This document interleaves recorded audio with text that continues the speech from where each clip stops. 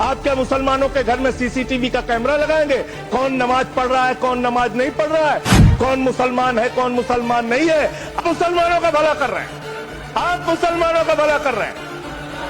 बैठ जाओ, राम मंदिर का पैसा खाते हो, अरे राम मंदिर में घोटाला करते बैठो, अरे राम मंदिर का चंदा खाते हो, अरे चंदा चोरो बैठो, चंदा चोरो बैठो, चंदा चोरो बैठो, बैठ जाओ चंदा चोरो, चंदा चोरो बैठ जाओ, चंदा चोरो तुम लोग चंदा चोरो, चंदा चोरो तुम लोग, चंदा चोरो, चंदा चोरो, चंदा चोरो बैठो, प्लीज चंदा चोरो बैठो। पूरी सरकार में एक मंत्री आपका मुसलमान नहीं है, आप मुसलमानों का भला कर रहे हैं। दो नेता अपने घरों में आपने बैठा दिया, मुख्तार अब्बास नकवी, शाहनवाज हुसैन, दोनों की राजनीति आपने खत्म कर दी। आप मुसलमानों का भला कर रहे हैं, आप मुसलमानों का भला कर रहे हैं, आप मुसलमानों का भला कर रहे हैं। अरे सुनना सीखो पहले। आज वक्फ की संपत्तियां कब्जा करके आप अपने दोस्तों को देंगे, कल गुरुद्वारे की संपत्तियां कब्जा करके आप अपने दोस्तों को देंगे, फिर चर्चों की संपत्तियां कब्जा करके आप अपने दोस्तों को देंगे, फिर बौद्धों की संपत्तियां कब्जा करके आप अपने दोस्तों को देंगे, फिर जैनों की संपत्तियां कब्जा करके आप अपने दोस्तों को देंगे, फिर मंदिरों की जमीनें कब्जा करके आप अपने दोस्तों को देंगे।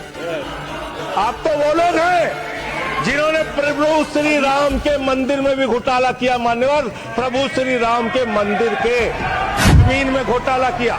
मैं कागज दूंगा सर, मैं कागज दूंगा। ये लोग राम मंदिर में घोटाला करने वाले लोग हैं, राम मंदिर की जमीन का चंदा खाने वाले लोग हैं सर। ये लोग आप फसाद कराने वाले हिंदू हैं, हम सौहार्द फैलाने वाले हिंदू हैं। ये बुनियादी फर्क है, ये बुनियादी फर्क है। आपने आप देश भर में फसाद, नफरत, लड़ाई झगड़ा कराने का काम करते हैं। करोड़ों मुसलमानों की चिंता है आपको।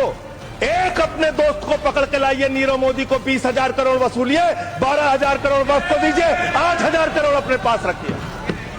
8,000 करोड़ का आपको मुनाफा होगा, 12,000 करोड़ वक्फ को दे दीजिए, करोड़ों मुसलमानों का भला हो जाएगा।